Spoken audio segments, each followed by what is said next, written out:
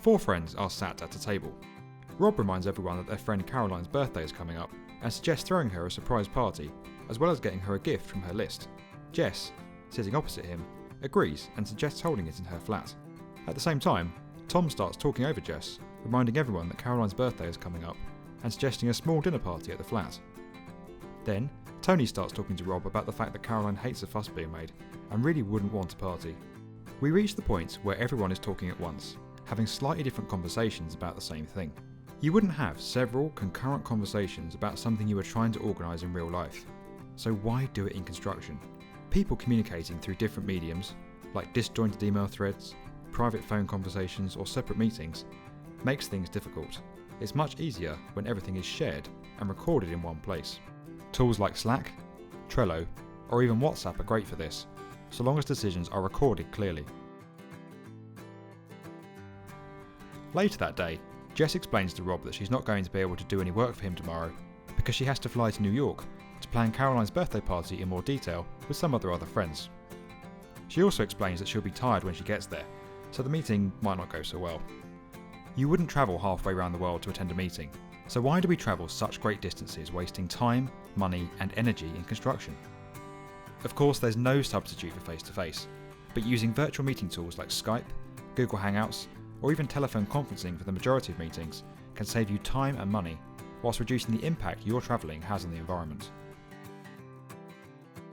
Elsewhere, Tony comes to see Tom in his office and asks for a copy of Caroline's birthday present list. Tom starts searching through his messy office filled with stacks of paper with increasing urgency. Then Rob walks in with a huge pile of photos under his arm, struggling to carry them.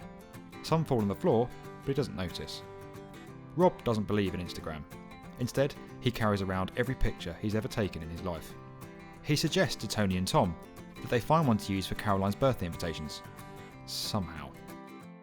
You wouldn't file things like this in real life, making documents impossible to find and running the risk of losing things that are important to you.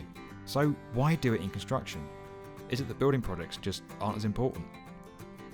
Having information well filed in a shared space that everyone can access saves time, makes you more efficient, ensures everything is safely backed up, and means you're all singing from the same hymn sheet. This is known as a common data environment. The following week, Jess, Tom, Rob and Tony are asked in turn to explain the objectives for Caroline's birthday party. We know that's a bit weird, but we're trying to prove a point here. Jess explains that it's going to be a full-blown rave, featuring characters from her favourite movie, Star Wars. She knows it's expensive, but you can't cut corners on this kind of stuff, can you? Tom explains that they're aiming for a quiet, sophisticated gathering with just a few friends. He's arranging for a lookalike of her favourite actor, Harrison Ford. He's expensive, but he looks just like him. Rob wants Caroline to have fun, but as cheaply as possible, steering clear of movie themes or anything cheesy like that. Tony says he is clear on the objectives, without being drawn on what they actually are, and secretly maintains that Caroline will hate a fuss being made in any case. You wouldn't plan things with differing objectives in real life, so why do it in construction? Projects run much better when everyone has a shared common goal and is focused on the outcomes for the end user, rather than what they are trying to get out of it. This is more important than ever as construction goes digital. To get the best from technology and from working together more closely, we all need to be aiming for the same goal at the right end of the pitch. One afternoon, Rob remembers that Caroline said she'd really like a new blue dress for her birthday. He asks Jess what size she is. Jess replies that in FNG she's a T45, but in Fraser she's a 3, though that could be the other way around. Last time she bought Caroline a dress she was an 8, but that was another shop sizing. If everything were labelled to different standards in the real world, we'd never get anywhere. So why do it in construction? Everyone having their own standards means there's no standard at all. Working in a BIM environment demands much closer integration and collaboration. It means everyone sharing information in a shared online space. So the information shared needs to be consistently labelled. 3 days before the party, Tony and Rob are off shopping with Caroline's definitive birthday list printed out in their hands. As long as they get everything on there, they're sorted.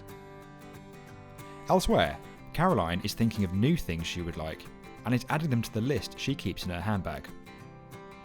People working to hard copy information that is uncontrolled just doesn't work. So why do we do it in construction? When we work to hard copy drawings or specifications on site, we have no idea if it is actually the latest information, or if somebody is changing aspects of it elsewhere in the team. Having a shared online space that acts as a single point of truth for information is a much better way of managing data. If everybody has the same information, we can avoid mistakes and rework, saving your time and saving your money.